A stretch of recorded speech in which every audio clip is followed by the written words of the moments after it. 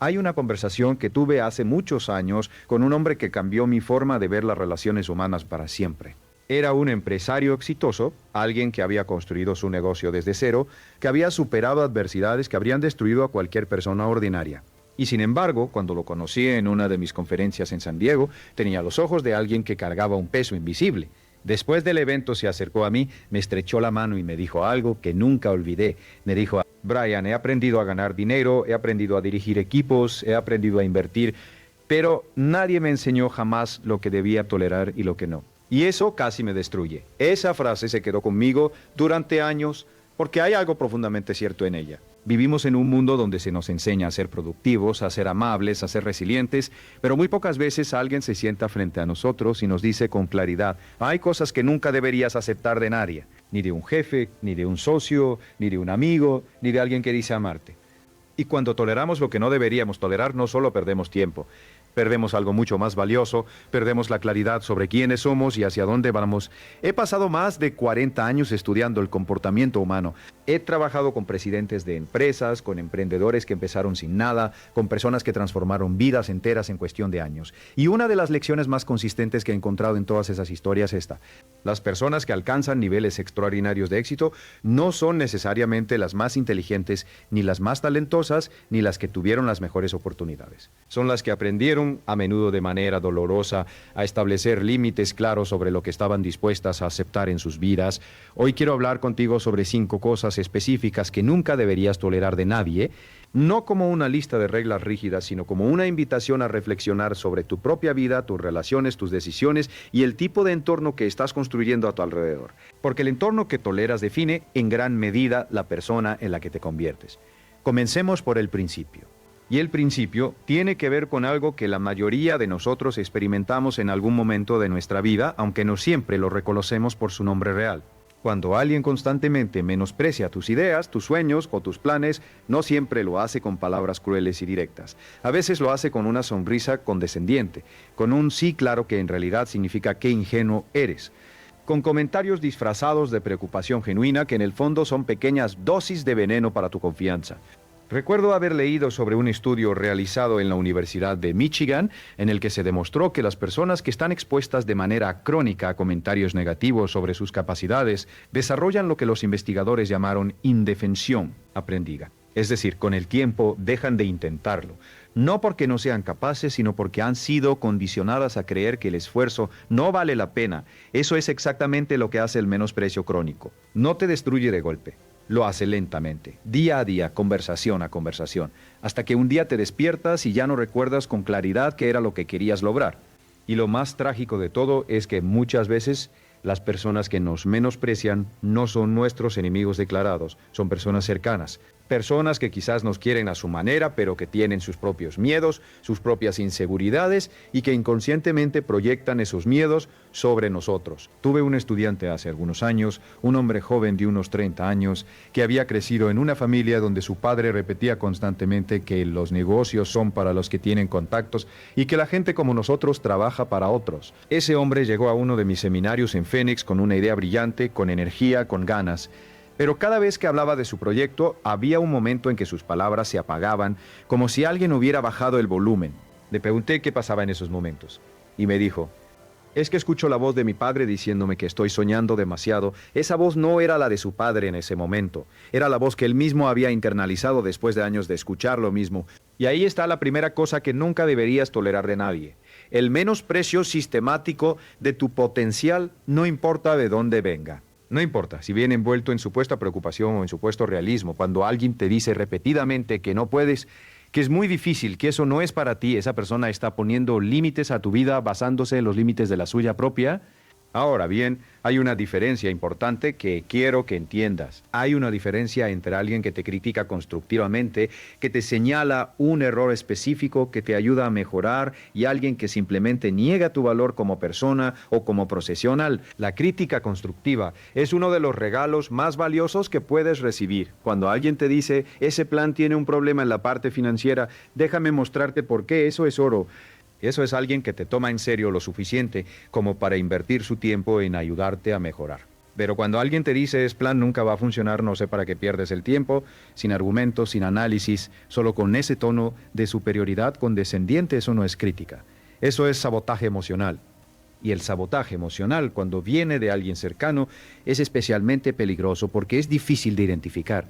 Tendemos a darle más credibilidad a las personas que conocemos, a las que amamos, a las que llevan años en nuestra vida, pero la cercanía no garantiza la sabiduría. La cercanía no garantiza que alguien tenga la perspectiva correcta sobre tu potencial.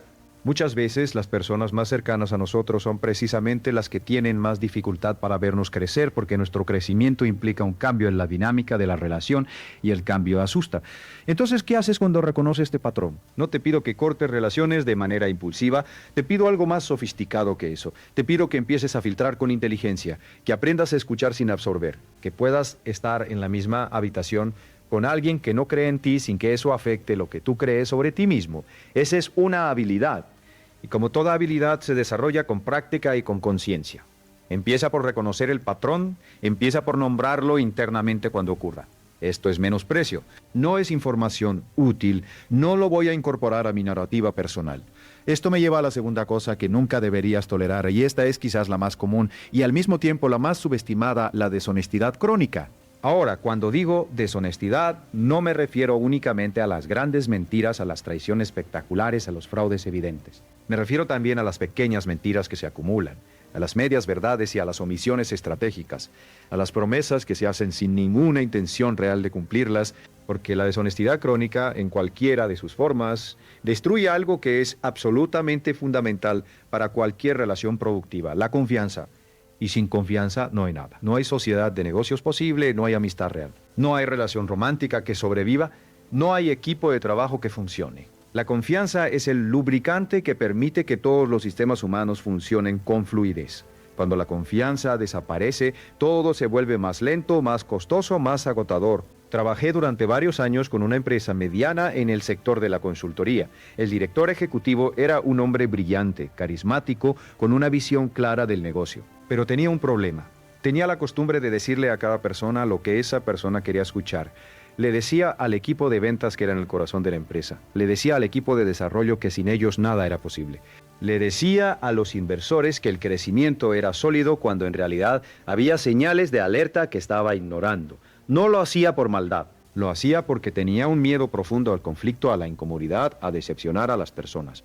El resultado fue predecible. Con el tiempo todos en la organización empezaron a notar las contradicciones, empezaron a comparar notas, y cuando la realidad no coincidía con lo que se les había dicho, la confianza se erosionó de manera irreversible.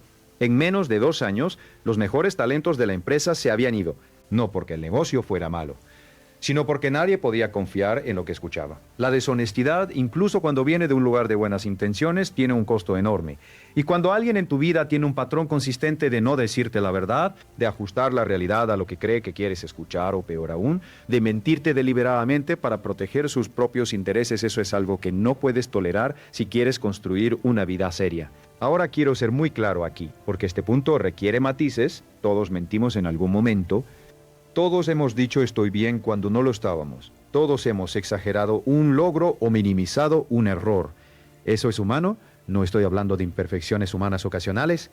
Estoy hablando de un patrón, de alguien que consistentemente distorsiona la realidad, de alguien con quien nunca sabes exactamente a qué atenerte, de alguien cuyas palabras y acciones raramente coinciden. Cuando tienes a alguien así en tu círculo cercano, ya sea en tu vida personal o profesional, el costo no es solo emocional, es también práctico. Porque tomas decisiones basadas en información que recibes de las personas a tu alrededor. Si esa información está sistemáticamente distorsionada, tus decisiones serán sistemáticamente deficientes. Es como intentar navegar con un mapa que tiene los ríos y las montañas en lugares equivocados. Puedes ser el mejor navegante del mundo, pero si el mapa está mal, vas a perderte. Los grandes líderes que he estudiado a lo largo de mi carrera tienen algo en común. Rodean su vida de personas que les dicen la verdad, incluso cuando la verdad es incómoda, incluso cuando la verdad contradice lo que ellos quieren creer. Warren Buffett tiene una frase que me parece extraordinaria. Dice que prefiere trabajar con personas honestas de capacidad media que con personas brillantes que no son completamente honestas, porque la brillantez sin honestidad no solo no ayuda, sino que puede causar daños enormes de maneras que son difíciles de anticipar. Tienes personas en tu vida que te dicen la verdad. Tienes a alguien que cuando estás a punto de cometer un error, te lo dice con claridad, aunque sepa que no es lo que quieres escuchar. Si la respuesta es sí, cuídalas. Son un tesoro. Si la respuesta es no, eso es algo que vale la pena examinar con honestidad. La tercera cosa que nunca deberías tolerar es el irrespeto consistente. Y aquí quiero que prestemos especial atención porque el irrespeto tiene muchas formas y no todas son obvias. El irrespeto más visible es el que todos reconocemos. Alguien que te grita, que te insulta, que te humilla públicamente. Eso es intolerable, está claro. Pero hay formas de irrespeto que son más sutiles y que precisamente por su sutileza son más difíciles de combatir. Está el irrespeto de quien constantemente interrumpe cuando hablas. El irrespeto de quien llega tarde de manera sistemática a cada compromiso contigo como si tu tiempo no tuviera valor. El irrespeto de quien toma decisiones que te afectan directamente sin consultarte. El irrespeto de quien hace chistes a tu costa en situaciones sociales. El irrespeto de quien minimiza tus logros cuando estás con otras personas. Todas estas formas de irrespeto tienen algo en común, comunican un mensaje. Y el mensaje es: tú no eres suficientemente importante como para que yo modifique mi comportamiento. Tú no mereces el mismo nivel de consideración que yo me doy a mí mismo. Recuerdo haber conocido a una mujer extraordinaria en uno de mis seminarios en Toronto. Era directora de una empresa de tecnología. Había construido un equipo de más de 100 personas. Era inteligente, estratégica, con una capacidad analítica impresionante, pero tenía un socio que consistentemente la interrumpía en las reuniones con clientes, que presentaba ideas que habían surgido en conversaciones privadas entre los dos como si fueran exclusivamente suyas, que cuando ella hablaba en público tenía la costumbre de desviar la mirada, de revisar su teléfono, de hacer gestos que comunicaban desinterés. Cuando hablé con ella sobre esto, su primera respuesta fuera que escucho con frecuencia: es que así es él. No lo hace con mala intención. Y yo le pregunté algo que la hizo detenerse. ¿Le importa a él que tú lo hagas sentir escuchada? Hubo un silencio largo. Y luego dijo: no. Nunca se lo he dicho. Y ahí está parte del problema, porque tolerar el irrespeto en silencio no solo permite que continúe. También envía un mensaje a la otra persona de que ese comportamiento es aceptable. Ahora, establecer límites frente al irrespeto no significa reaccionar con agresividad ni con dramatismo. Significa comunicar con claridad y con firmeza lo que es aceptable y lo que no. Significa decir en el momento apropiado y con el tono apropiado: cuando haces esto me afecta de esta manera y necesito que lo cambiemos. Esa conversación puede ser incómoda, puede generar tensión, pero es infinitamente mejor que acumular resentimiento durante meses o años hasta que la relación explota o se deteriora de manera irreparable. Y hay algo más que quiero decir sobre el irrespeto, algo que va más allá de las relaciones personales y que tiene implicaciones directas en tu vida profesional y financiera. Cuando toleras el irrespeto en tu entorno profesional, cuando permites que un jefe te trate de manera degradante, cuando aceptas condiciones laborales que no reconocen tu valor, estás enviando un mensaje a tu propio subconsciente. Estás diciéndote a ti mismo a un nivel muy profundo que ese trato es lo que mereces, y esa creencia, una vez instalada, es extraordinariamente difícil de remover.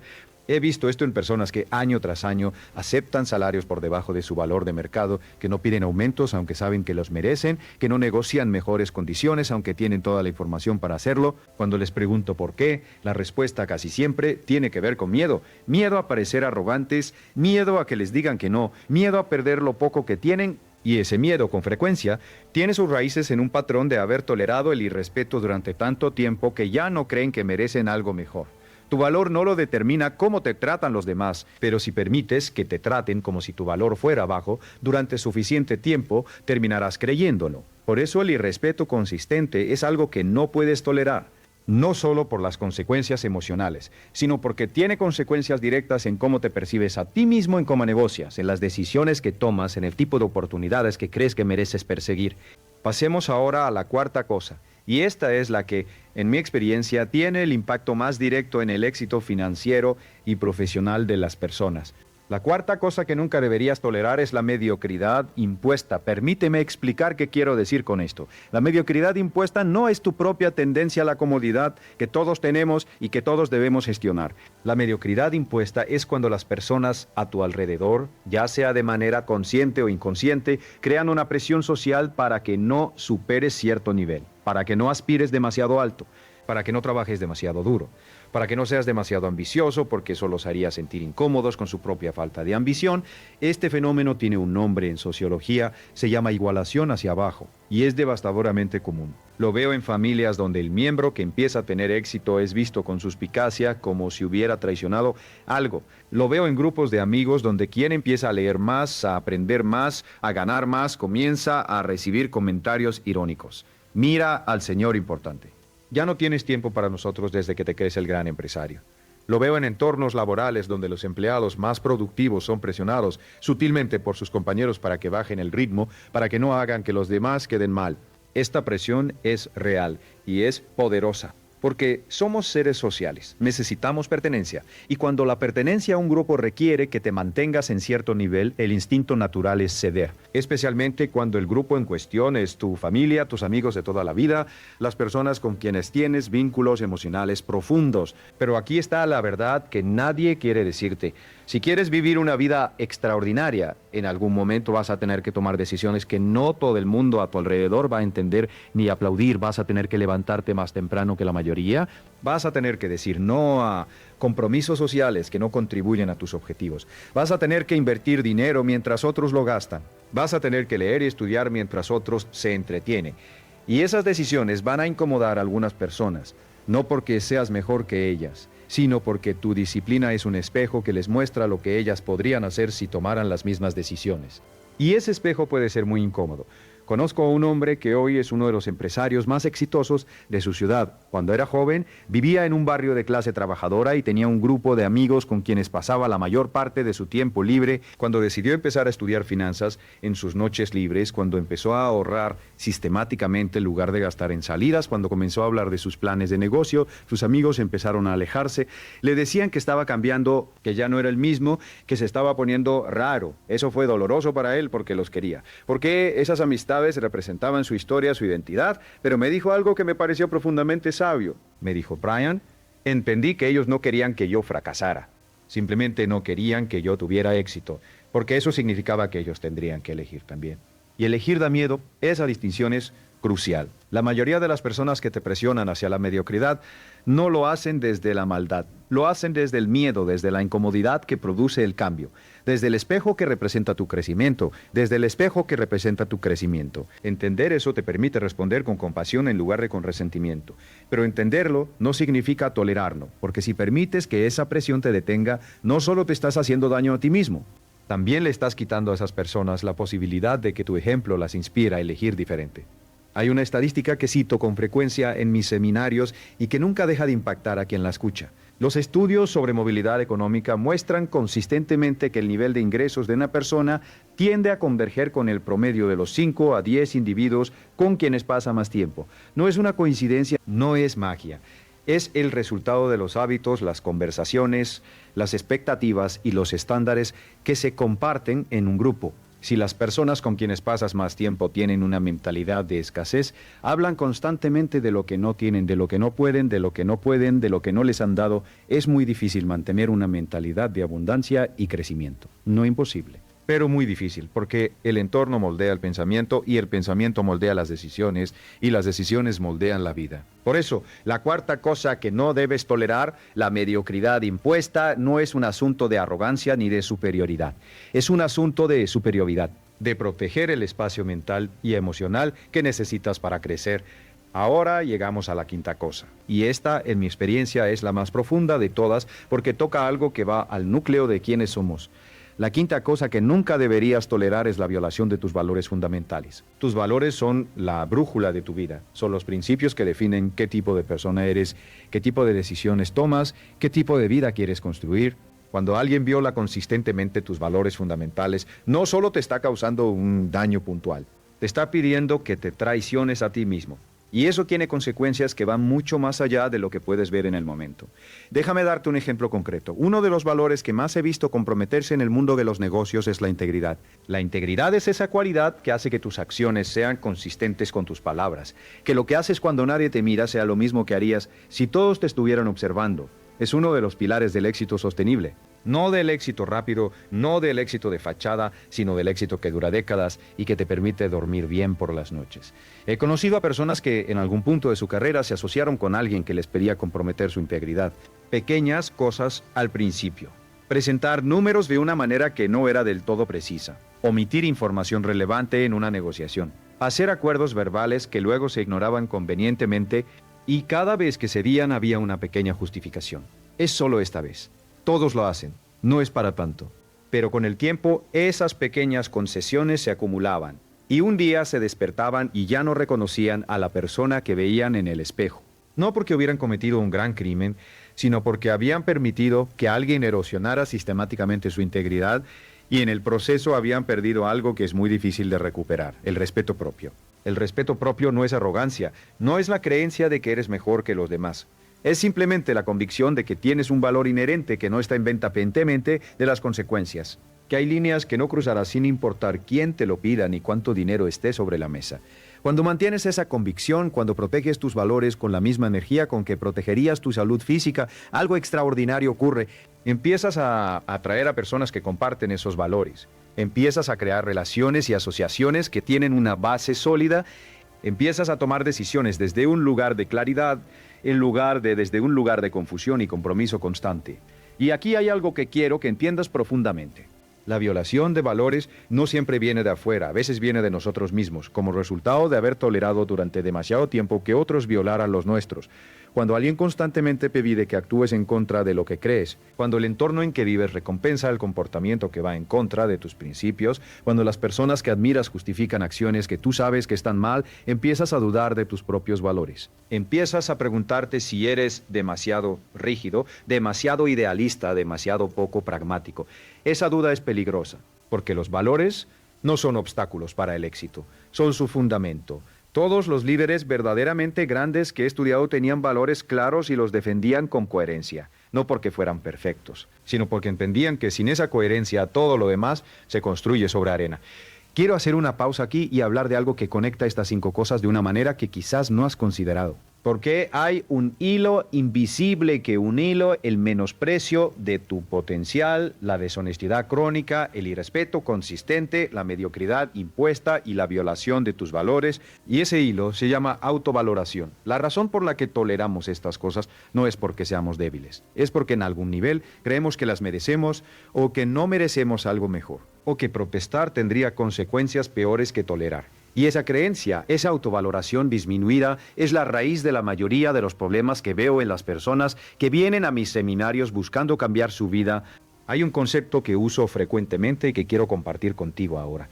Lo llamo el termostato mental. Un termostato es un dispositivo que regula la temperatura de un espacio. Cuando la temperatura baja demasiado, el termostato activa la calefacción.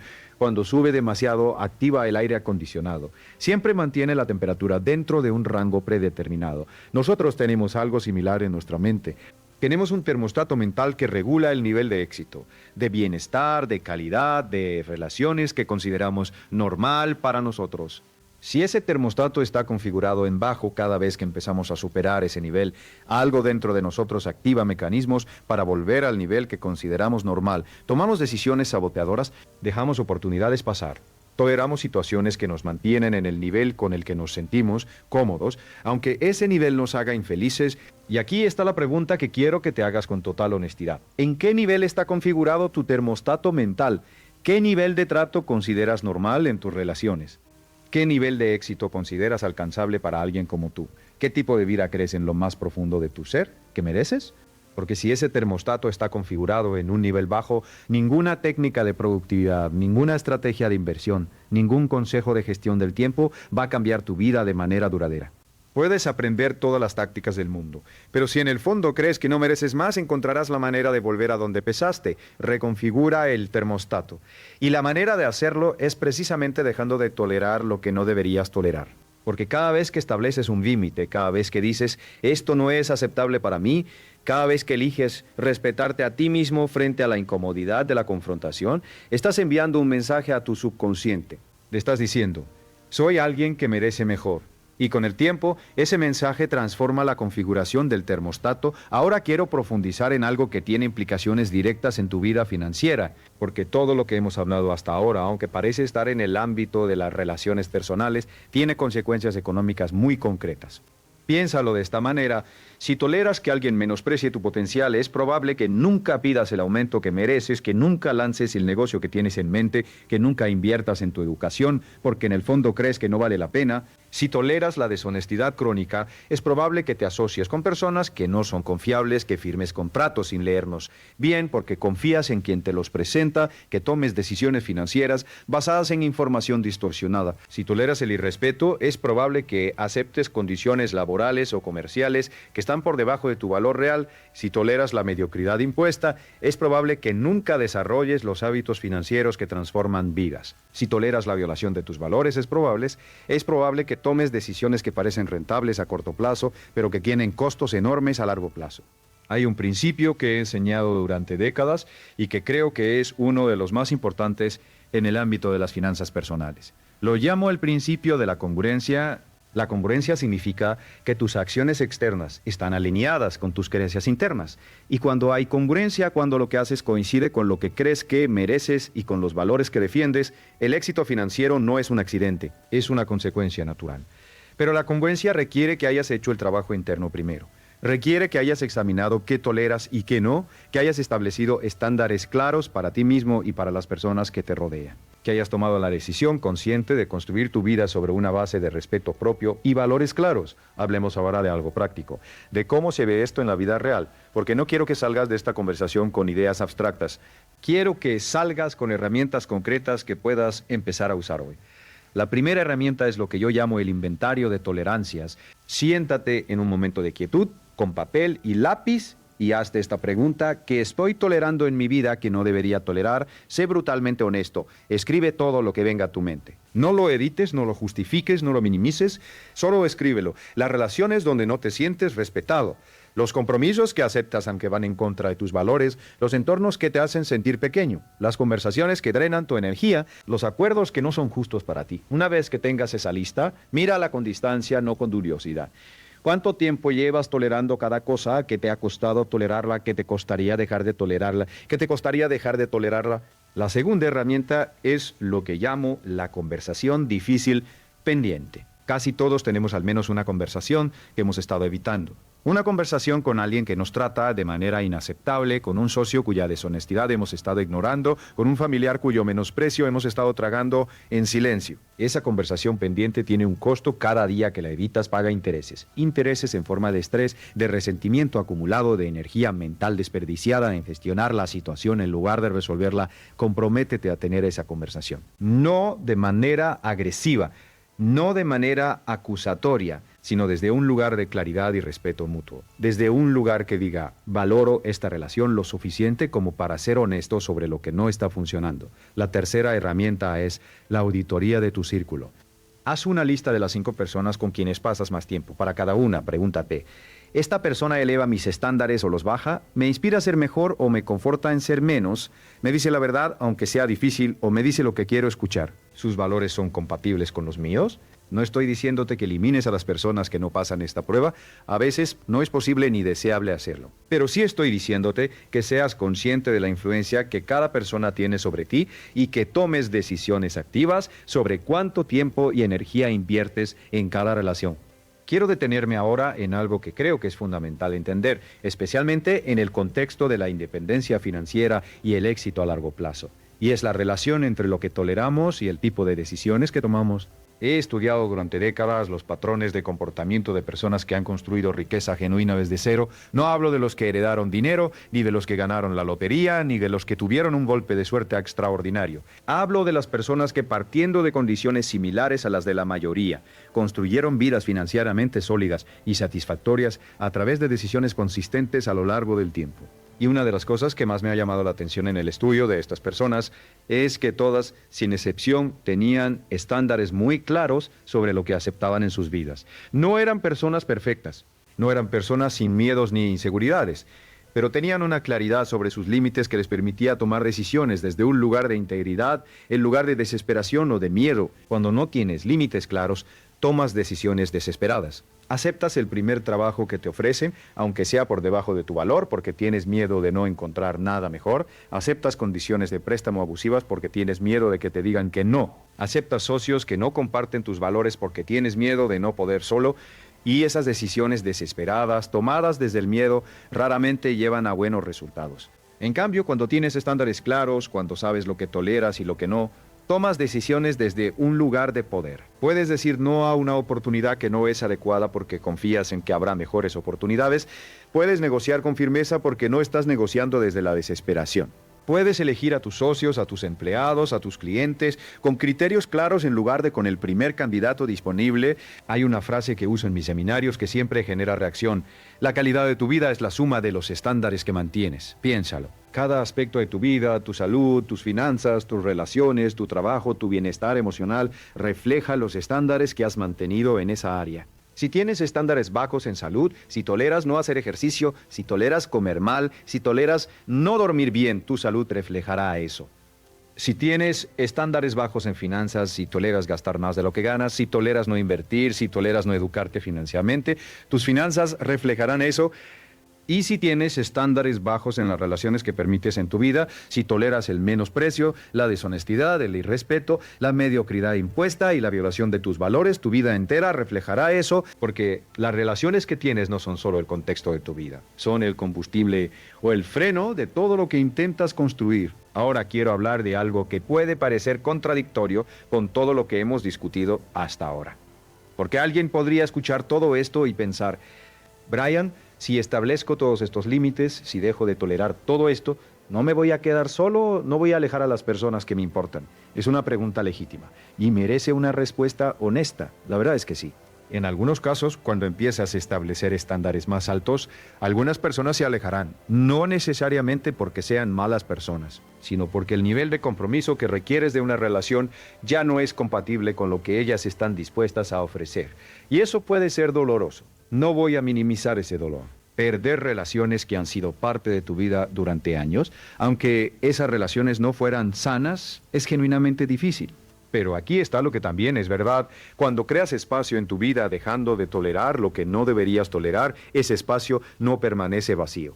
Se llena con algo mejor, con relaciones más auténticas, con personas que te ven, que te respetan, que te desafían a crecer, con conexiones que tienen una profundidad real porque están construidas sobre honestidad y valores compartidos. He visto esto ocurrir tantas veces que ya no me sorprende. Personas que durante años se mantuvieron en relaciones y entornos que los limitaban, que cuando finalmente tomaron la decisión de establecer estándares más altos, descubrieron un mundo de conexiones que nunca habían imaginado posible. No porque el mundo hubiera cambiado, sino porque ellas habían cambiado. Porque la versión de ellas mismas que emergió de ese proceso era capaz de atraer y sostener relaciones de una calidad diferente. Quiero hablar ahora de la dimensión financiera de todo esto de una manera más directa, porque sé que muchos de los que están escuchando esto tienen metas financieras concretas, quieren salir de deudas, quieren construir un fondo de inversión, quieren lanzar un negocio. Quieren lograr independencia financiera y quizás se preguntan cómo conecta todo lo que hemos hablado con esas metas concretas. La conexión es esta: el dinero fluye hacia donde hay claridad, disciplina y estándares altos. No es una metáfora mística, es una observación práctica. Las personas que tienen claridad sobre lo que no toleran en su vida financiera, que no toleran las deudas de consumo innecesarias, que no toleran gastar más de lo que ganan, que no toleran ignorar sus inversiones, que no toleran asociarse con personas que no son financieramente responsables, esas personas construyen riqueza de manera consistente a lo largo del tiempo, no porque sean más inteligentes, no porque tengan más suerte, sino porque sus estándares crean hábitos y sus hábitos crean resultados. Y esos resultados acumulados durante años producen una transformación financiera que a veces parece mágica desde afuera, pero que desde adentro es el resultado predecible de decisiones consistentes. Hay un concepto que quiero introducir aquí, que creo que es uno de los más poderosos en el ámbito de las finanzas personales. Lo llamo el costo de oportunidad de la tolerancia. Cada vez que toleras algo que no deberías tolerar, hay un costo. No siempre es un costo visible, no siempre es inmediato, pero siempre existe, y ese costo tiene una dimensión financiera. Cuando toleras a un socio deshonesto, el costo no es solo emocional, es el tiempo, la energía y los recursos que inviertes en una relación que no tiene futuro y que podría haber sido invertida en algo productivo. Cuando toleras un trabajo donde te irrespetan y te pagan por debajo de tu valor, el costo no es solo de dignidad. Es la diferencia entre lo que ganas y lo que podrías ganar en un entorno que reconoce tu valor multiplicada por los años que permaneces en esa situación. Cuando toleras un entorno de mediocridad que no te desafía a crecer, el costo es el desarrollo que no ocurre, las habilidades que no adquieres, las oportunidades que no se presentan porque no estás en el nivel donde esas oportunidades existen. Todos estos costos son reales. Todos tienen un impacto en tu trayectoria financiera. Y todos son evitables cuando tomas la decisión de no tolerar lo que no deberías tolerar. Quiero compartir contigo ahora una historia que ilustra este punto de una manera que creo que va a quedarse contigo. Conocí a dos hombres que habían crecido en el mismo barrio, habían ido a la misma escuela, habían tenido oportunidades similares al comenzar su vida adulta. 30 años después, sus situaciones financieras eran completamente diferentes. Uno había construido un patrimonio sólido, tenía un negocio exitoso, viajaba con su familia, dormía tranquilo. El otro seguía luchando con deudas, con estrés financiero crónico, con la sensación de que el dinero siempre se le escapaba de las manos. Cuando hablé con ambos, la diferencia no estaba en su inteligencia, que era comparable, no estaba en su nivel de educación formal, que también era similar. La diferencia estaba en los estándares que cada uno había mantenido a lo largo de los años. El primero había aprendido temprano, a través de lecturas y de mentores, que había ciertos comportamientos financieros que simplemente no eran aceptables para él, no toleraba las deudas de tarjeta de crédito que no podía pagar al mes, no toleraba asociarse con personas que no eran financieramente responsables, no toleraba ignorar sus inversiones, no toleraba gastar en cosas que no añadían valor real a su vida. El segundo había tolerado todo eso y más, no por falta de inteligencia, sino porque nadie le había enseñado que tenía el derecho y la responsabilidad de establecer esos estándares para sí mismo. Había crecido en un entorno donde el dinero era fuente de ansiedad y de escasez, donde la norma era gastar lo que llegaba y rezar para que llegara más. Y había tolerado esa mentalidad, la había incorporado como si fuera la única realidad posible. Cuando le conté sobre el primero, su primera reacción fue: él tuvo suerte. Y yo le pregunté: ¿qué tipo de suerte? Y cuando empezamos a analizar las decisiones específicas que cada uno había tomado a lo largo de los años, quedó claro que no había suerte, había estándares, había decisiones consistentes basadas en esos estándares y había resultados que eran la consecuencia natural de esas decisiones. La suerte favorece a los preparados es una frase que se atribuye a varios pensadores, pero que contiene una verdad profunda. Las personas que parecen tener suerte frecuentemente son personas que han creado las condiciones para que las oportunidades se presenten y para poder reconocerlas y aprovecharlas cuando llegan. Y esas condiciones se crean en gran parte manteniendo estándares altos sobre lo que se tolera en la propia vida. Quiero hablar ahora de algo que creo que es importante para completar este cuadro, porque todo lo que hemos discutido podría llevar a una conclusión equivocada si no lo equilibramos con esto.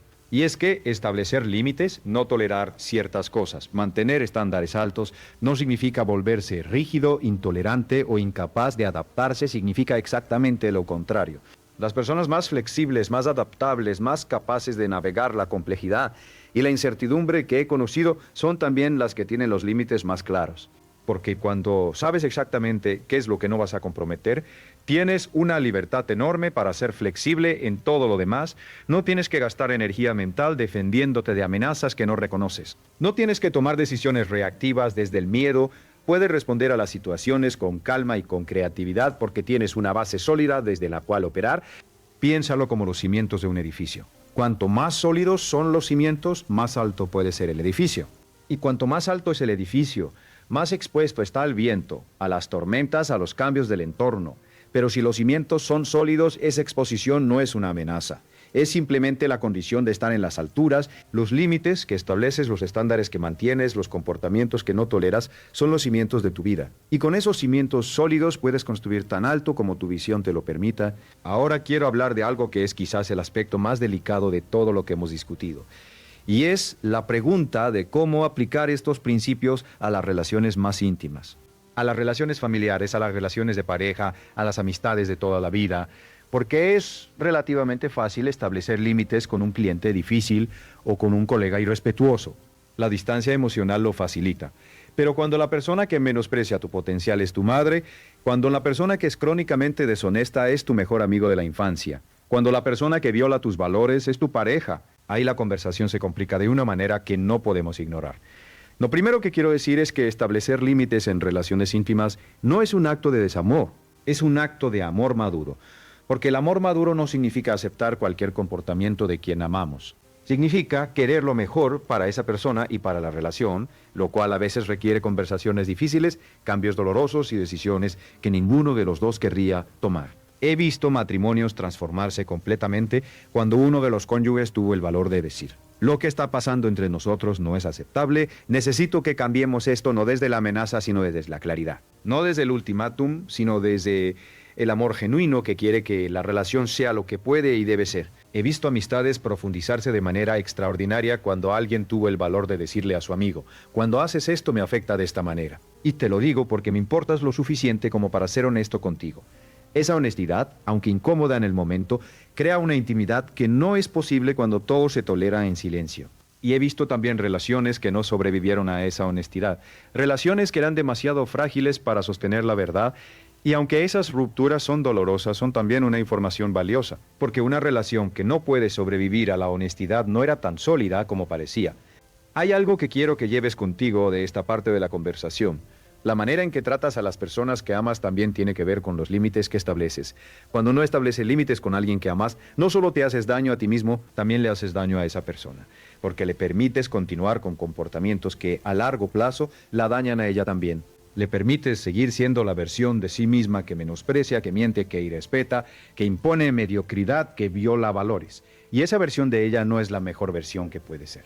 Establecer límites es, en ese sentido, un acto de servicio, no solo para ti, para ambos. Quiero ahora hacer una síntesis de todo lo que hemos discutido y conectarlo con una visión más amplia de lo que significa vivir una vida plena y exitosa. Las 5 cosas que hemos explorado: el menosprecio de tu potencial, la deshonestidad crónica, el irrespeto consistente, la mediocridad impuesta y la violación de tus valores, no son simplemente problemas de relaciones interpersonales, son síntomas de algo más profundo, son síntomas de una desconexión entre quién eres, quién quieres ser y el entorno que has construido o permitido a tu alrededor. Cuando esa desconexión existe, cuando hay una brecha entre tus aspiraciones y tu entorno, entre tus valores y los comportamientos que toleras, entre la persona que el entorno te presiona a hacer, esa brecha genera fricción. Y esa fricción se manifiesta como estrés, como insatisfacción crónica, como la sensación de que estás trabajando muy duro, pero avanzando muy poco. Cerrar esa brecha es el trabajo más importante que puedes hacer. No es el trabajo más visible, no es el trabajo que genera resultados inmediatos, pero es el trabajo que determina todo lo demás. Porque cuando el entorno que has construido está alineado con quién eres y con quién quieres ser, cuando las personas que te rodean te respetan, te dicen la verdad, te desafían a crecer y comparten tus valores, todo lo demás, el éxito financiero, la productividad, la satisfacción personal fluye de manera más natural. No digo que fluya sin esfuerzo. El esfuerzo siempre será necesario. Pero hay una diferencia enorme entre el esfuerzo que nada contra la corriente, luchando constantemente contra un entorno que te drena, y el esfuerzo que nada con la corriente, impulsado por un entorno que te energiza. Quiero compartir contigo algo personal, algo que rara vez menciono en público, pero que creo que es relevante para esta conversación. Hubo un periodo en mi vida cuando tenía unos 30 y tantos años en que estaba rodeado de personas que no compartían mis valores. No eran personas malas, eran personas que tenían sus propias luchas, sus propios miedos, sus propias limitaciones. Pero el entorno que creaban colectivamente era uno en el que la ambición era vista con suspicacia, en el que la honestidad era considerada de ingenuidad, en el que el trabajo duro era algo de lo que uno se excusaba en lugar de algo de lo que uno se enorgullecía. Durante un tiempo toleré ese entorno. Lo toleré porque era lo que conocía, porque cambiar habría requerido conversaciones incómodas y decisiones difíciles, porque era más fácil adaptarme que transformar. Y entonces, casi por accidente, empecé a leer. Empecé a estudiar las vidas de personas que habían construido lo que yo quería construir. Y lo que encontré en esas historias no fue solo técnicas y estrategias. Encontré algo más fundamental. Encontré personas que habían tomado la decisión de no tolerar lo que no debían tolerar, que habían elegido con quién pasar su tiempo, que habían protegido su energía, sus valores y su visión con una determinación que al principio me pareció casi excesiva, pero que con el tiempo entendí como absolutamente necesaria. Eso cambió algo en mí, no de un día para otro. Fue un proceso gradual de meses, de años, pero fue real. Y los resultados fueron reales también. No te cuento esto para presentarme como un ejemplo de perfección. Te lo cuento porque quiero que sepas que los principios que estoy compartiendo contigo no son solo teoría. Son el resultado de experiencia vivida, de errores cometidos, de lecciones aprendidas con el costo real que tienen las lecciones cuando se aprenden de la manera difícil. Y si hay algo que quisiera que te llevaras de esta conversación es esto: no tienes que esperar a que la vida te enseñe estas lecciones de la manera difícil. Puedes elegir aprenderlas ahora. Puedes elegir a partir de este momento ser más intencional sobre lo que toleras en tu vida. Puedes elegir hacer el inventario de tolerancias del que hablamos. Puedes elegir tener a las conversaciones difíciles que has estado evitando. Puedes elegir auditar tu círculo y ser más selectivo sobre dónde inviertes tu tiempo y tu energía. Esas elecciones no son cómodas, pero son las que separan a las personas que viven vidas ordinarias de las que viven vidas extraordinarias. No el talento, no la suerte, no las circunstancias de nacimiento, las elecciones. Quiero explorar ahora algo que creo que es el núcleo de todo esto, y es la pregunta de por qué nos cuesta tanto establecer estos límites. ¿Por qué? Sabiendo que el menosprecio nos daña, seguimos tolerándolo. ¿Por qué? Sabiendo que la deshonestidad nos perjudica, seguimos aceptándola. ¿Por qué? Sabiendo que el irrespeto erosiona nuestra autoestima, seguimos soportándolo. La respuesta, en la mayoría de los casos, tiene que ver con el miedo, pero no es un miedo simple, es un miedo complejo, con múltiples capas. Está el miedo al conflicto. Muchas personas han aprendido, generalmente en la infancia, que expresar desacuerdo o establecer límites genera conflicto, y el conflicto fue doloroso, fue peligroso, fue fuente de consecuencias negativas. Entonces aprendieron a evitarlo, a ceder, a tolerar, porque ceder parecía más seguro que confrontar. Está el miedo al abandono. Si establezco este límite, si digo que esto no es aceptable, me van a dejar, voy a perder esta relación, voy a quedarme solo. Este miedo es especialmente poderoso en personas que han experimentado abandono o rechazo en el pasado, porque el subconsciente hace todo lo posible por evitar repetir esa experiencia. Está el miedo a no merecer más. Este es quizás el más profundo de todos. Es la creencia a menudo inconsciente de que lo que tenemos es lo que merecemos, que si alguien nos trata mal es porque en algún nivel lo hemos ganado, que si nuestra situación financiera es difícil es porque no somos suficientemente capaces, que si nuestras relaciones son insatisfactorias es porque no somos suficientemente valiosos. Estos miedos son reales, son poderosos, y no desaparecen simplemente porque decidamos que no los vamos a escuchar, pero pueden ser gestionados, pueden ser trabajados, y con el tiempo, con práctica y con el apoyo de las personas adecuadas, pueden ser transformados de obstáculos en información, porque el miedo en su esencia es información, es una señal de que algo importante está en juego. Cuando sientes miedo de establecer un límite, eso te dice que esa relación o esa situación tiene un peso significativo en tu vida. No te dice que debas ceder, te dice que debas prestar atención. Hay una distinción que me parece crucial aquí. Hay una diferencia entre el coraje y la ausencia de miedo. El coraje no es no tener miedo.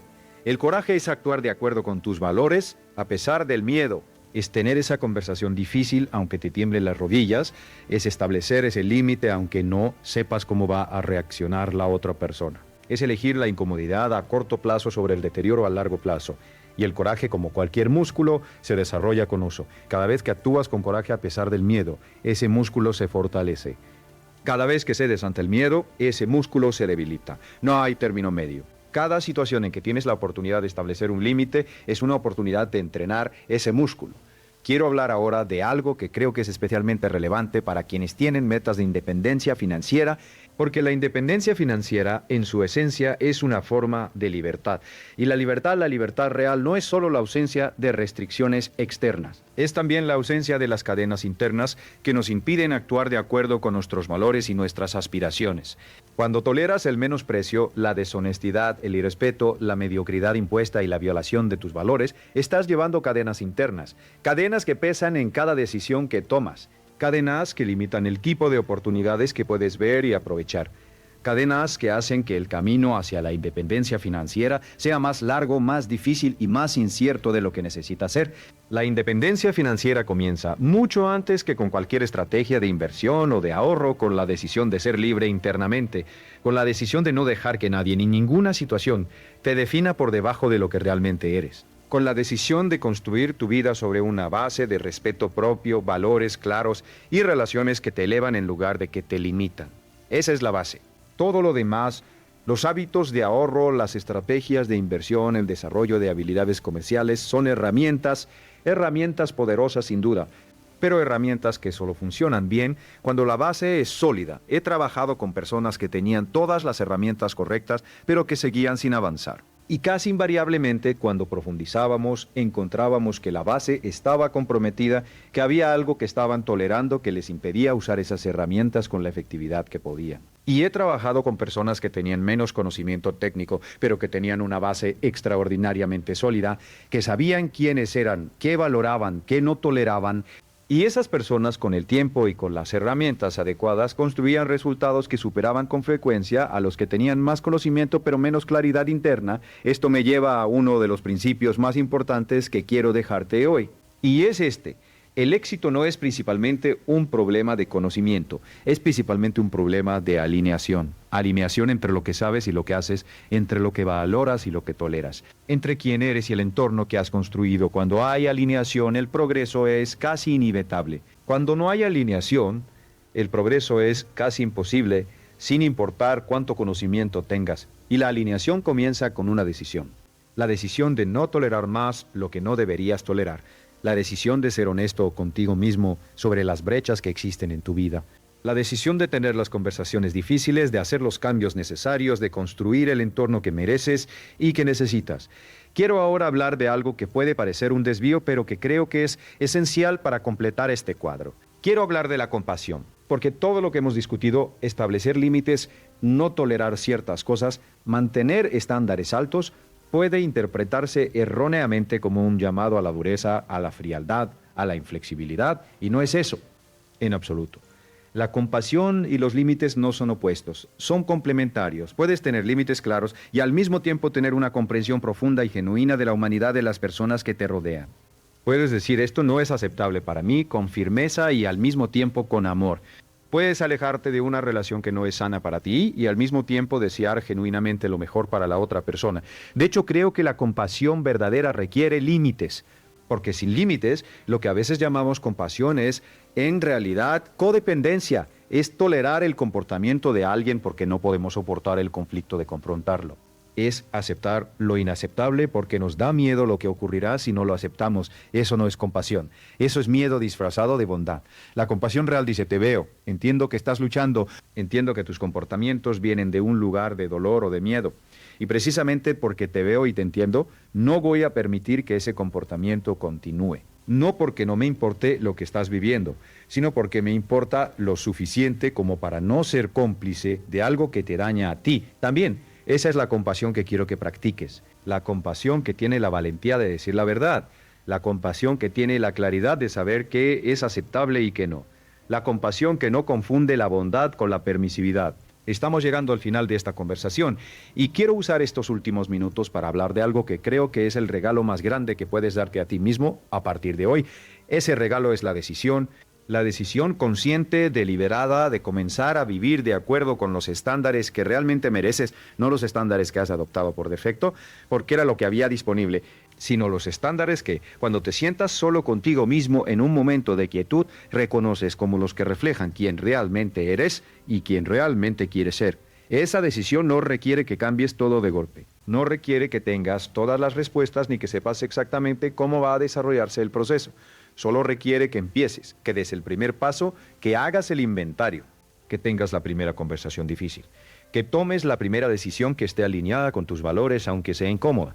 Porque el cambio real no ocurre en grandes gestos dramáticos. Ocurre en decisiones pequeñas, consistentes, tomadas día a día, en los momentos en que nadie está mirando. Ocurre cuando decides no responder al comentario que menosprecia tu sueño. Cuando decides ser honesto en una conversación donde la mentira sería más fácil. Cuando decides decir no a algo que no está alineado con tus valores, aunque decir sí sería más conveniente en el corto plazo. Esas pequeñas decisiones acumuladas a lo largo del tiempo son las que construyen vidas extraordinarias. Son las que construyen riqueza genuina. Son las que construyen relaciones profundas y satisfactorias.